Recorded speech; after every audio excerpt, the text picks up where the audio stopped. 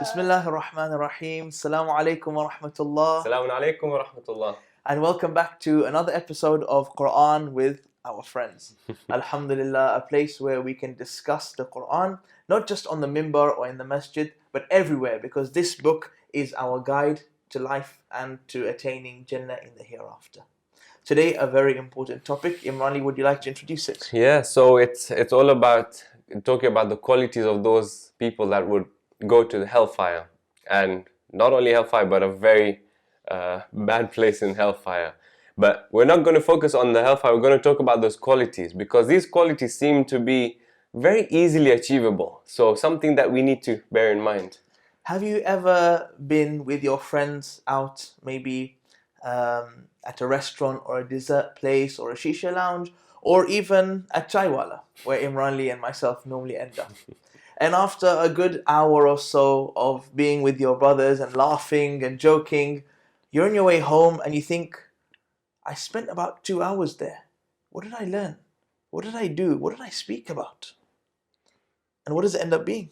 Yeah, so more often than not, it's like we've just wasted so much time there. And it could have easily been the other way, but these are some things that we need to bear in mind. And in these set of verses, we're going to find out what exactly happens to those kind of people and other people as well. So maybe if we go through the verse. Sure. So Allah talks about a specific place in Jahannam, a very deep place called Saqar. And He talks about the believers, the mu'mineen, who are in Jannah, and they look down upon these people who are in Saqar, and they say, "Ma salakakum fi Saqar?" How did you end up here in this place, in this deep place of hellfire, in such a bad place? And they give certain traits that they have within them, or which they did or didn't do during their lifetime, which led them to this place. So Imran, do you want to just run through what those things were? Yeah, so they will reply, "We were not of those who prayed. Number 1. Nor did we feed the poor. Number 2. We used to indulge in falsehood while in vain talk. Number 3. And deny the day of judgment." Those 4. So those 4 are the crucial things that they took lightly or they didn't do, which led them into the hellfire. So just for the next couple of minutes, maybe we can discuss how important these things are. The first one being, we were not of those who prayed. Yeah, so that's something that we need to really bear in mind, where Allah subhanahu wa ta'ala has ordained on us and set for us 5 daily prayers, where we need to go to Allah subhanahu wa ta'ala and talk to Him and worship Him. And this is special time for Allah subhanahu wa ta'ala. And just like you will have your special times where you want to do your particular things, for example, your exercise or your reading or whatever it is, and when you don't do it, you feel that uneasiness about it. Similarly, we need to have that scheduled in, and that should be our priority in our day-to-day lives. That if we don't do it, then we're feeling a big gap in our lives. So we need to make sure we reach that stage where we give that importance of salah. Ahsant. And I think step 1 is to make sure we're praying and not doing qada. But as the lovers of Muhammad and Al Muhammad, we need to take it a step forward. That when salah time comes, we don't take that lightly. Rasulullah sallallahu alaihi wasallam says, لَن يَنَالُوا شَفَاعَتِي, that my shafa'ah is withheld from who? مَنِ اسْتَخَفَّ بِالصَّلَاةِ, the one who delays his salah. That shows it's not just about making sure you pray before qada. It's about making sure that we don't delay it for no reason. And if we're delaying it for no reason, that shows that whatever we're delaying it and doing instead of the salah, we're showing that that is more important than God. Exactly. And that's very dangerous. Yeah, very, very dangerous. In fact, there was one person that asked a huge scholar, "Give me a barnamij, give me something that I can use with me so that I can grow and become a lot better." And he said, "Just make sure you pray on time." And that seems like just a simple thing. You would have expected maybe, okay, recite this dhikr 1,000 times and that dhikr a few hundred times, but just pray your prayers in time. And you'll notice how, and this scholar went on to say that your premium attention span in your salah is when you prayed on time. If you prayed away from its time unnecessarily, if you delay it, then you'll see that your attention span won't be as great as it was on time. So let's try and make sure that we are focusing on keeping our alarms for prayer time. How many times, if there's something something important the next day, an interview or a sports event or something, and it's early morning, earlier than we even wake up, we'll make sure that we set alarms and we'll wake up. Our body clock will wake up because we're excited about that. Why not being excited about prayers? Ahsan, Ahsan. And I know, Imran, of course, you've listened to a lot of podcasts of those who are successful, and for those life coaches who are doing a great job.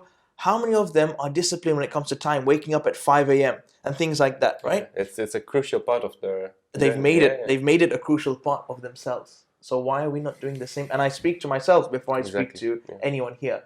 But why do we not make it a part of ourselves as well to ensure that we pray on time? So that's the first thing that they had problems with. The second was, we do not feed the poor. It sounds trivial, but really, sadaqah is such an important part of our lives. It is very important, and it's something that we need to, it's showing us that we need to look out for others. Don't just wait for that message on WhatsApp or for something to come into our feed saying, oh, donate to us. We need to make sure that we're looking out, making sure that anyone that's within our horizon, we are looking out for them and making sure that they don't go hungry. How many times have we passed by someone that's homeless, and just because we're so busy in our day-to-day lives, we just either ignore them or we've not even noticed them. Whereas we know Imam Ali alayhi salam, we're the Shia of Ali alayhi salam. He used to go out of his way. Nobody else is busier than Imam Ali when it comes to looking after the whole Muslim ummah.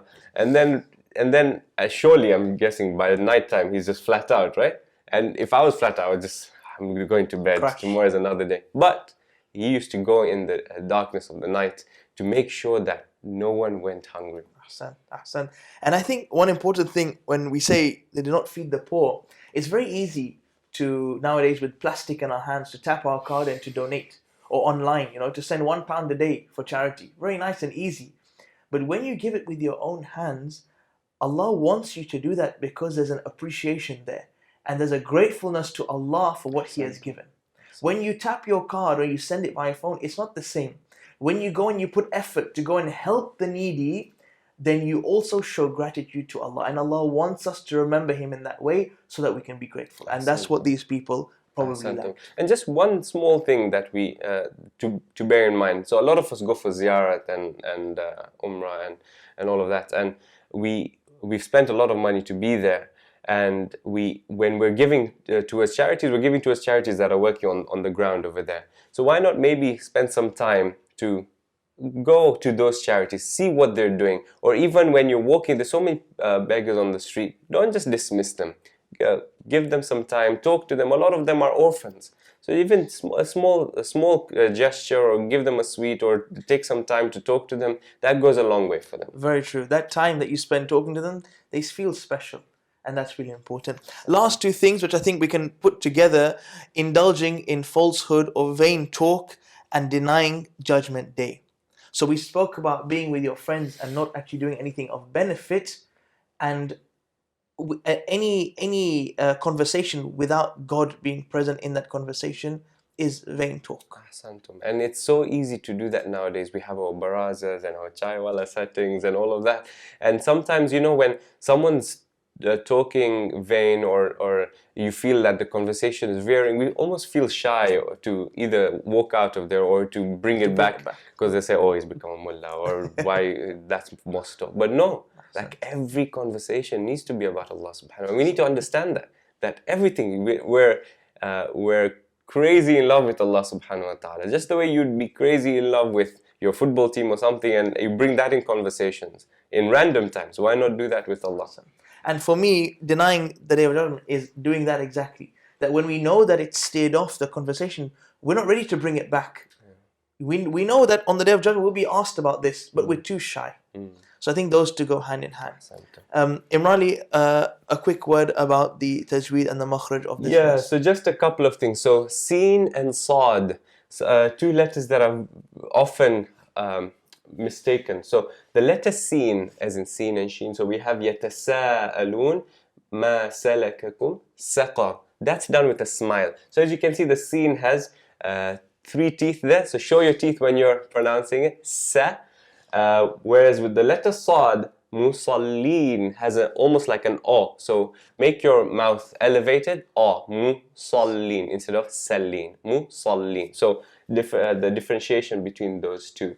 And then Tajweed rule, Idgham. So you have fi jannatin yatasaalun. So you have the tanween followed by a ya. Ya is one of the yarmalun letters. So you merge the tanween with the ya. So you'd say jannatin yatasaalun. So it won't be jannatin yatasaalun. It won't be jannati yatasaalun. Make sure you're stretching on the tanween and the ya. But look here, cheat code in the Qur'an. You'll see that tanween is a bit funny. They're not directly parallel, one's in front of the other. That shows that you have to apply ghunna there. Ahsan, ahsan. So inshallah we can be of those who pray on time, who give sadaqah, who don't forget Allah in our conversations, and finally are not those who in lip service say we believe in the Day of Judgment, but our actions don't show that. Inshallah. Barakallahu li wa lakum. Wassalamu alaikum wa rahmatullahi wa barakatuh. وتلك الأمثال نضربها للناس